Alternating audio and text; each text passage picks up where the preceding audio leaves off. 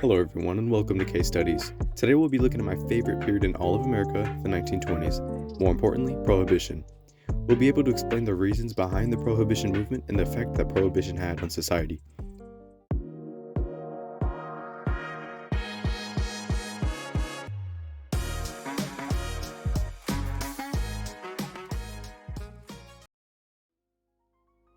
Alcohol had a huge impact on society, the economy, and health during the early 1900s.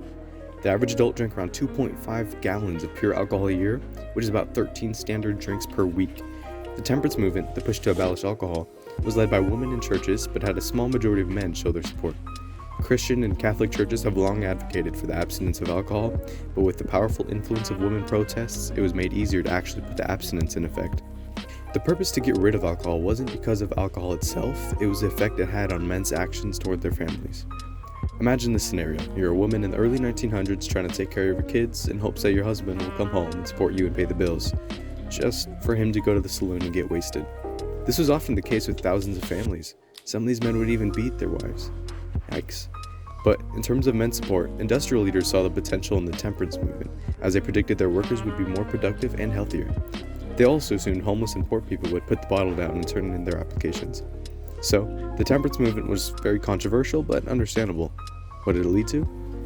The 18th Amendment. The temperance movement actually made its way to the national government, in which they were successful ratifying the amendment on January 19, 1919, stating, "After 1 year from the ratification of this article, the manufacture, sale, or transportation of intoxicating liquors within the importation thereof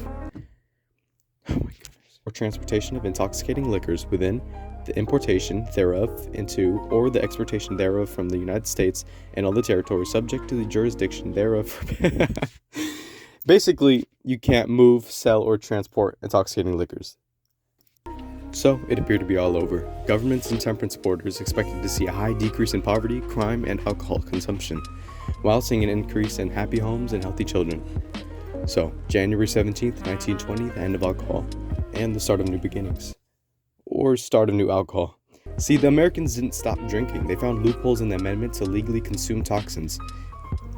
If you look closely, there are two things people or alcohol consumers notice about this.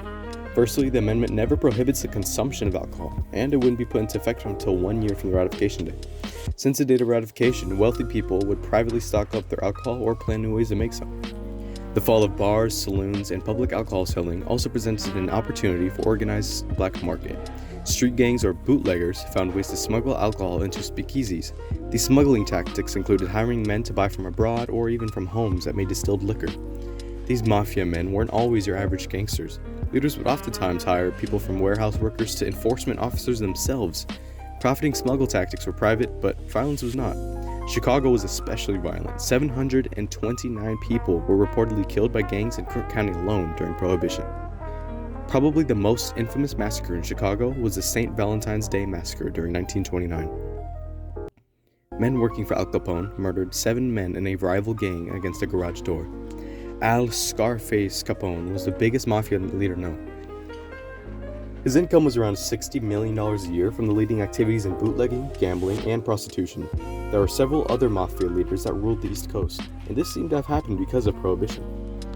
Prohibition also costed the government billions to enforce sobriety. The 1920s was nothing like the government and temperance movement advocates predicted. So, in 1933, word spread that the 21st Amendment to the Constitution was passed and ratified, ending national prohibition. Let's conclude. Can you answer these questions? What are the reasons behind the Prohibition movement, and what is the effect it had on society? Essentially, the temperance movement and advocacy to end drunkenness led to the start of Prohibition, and its effects? Well, let's just say Americans will kill for a cold beer. If you like this video and would like to see more, subscribe. It takes less than a second and you won't regret it. Remember, be kind to others and take it easy.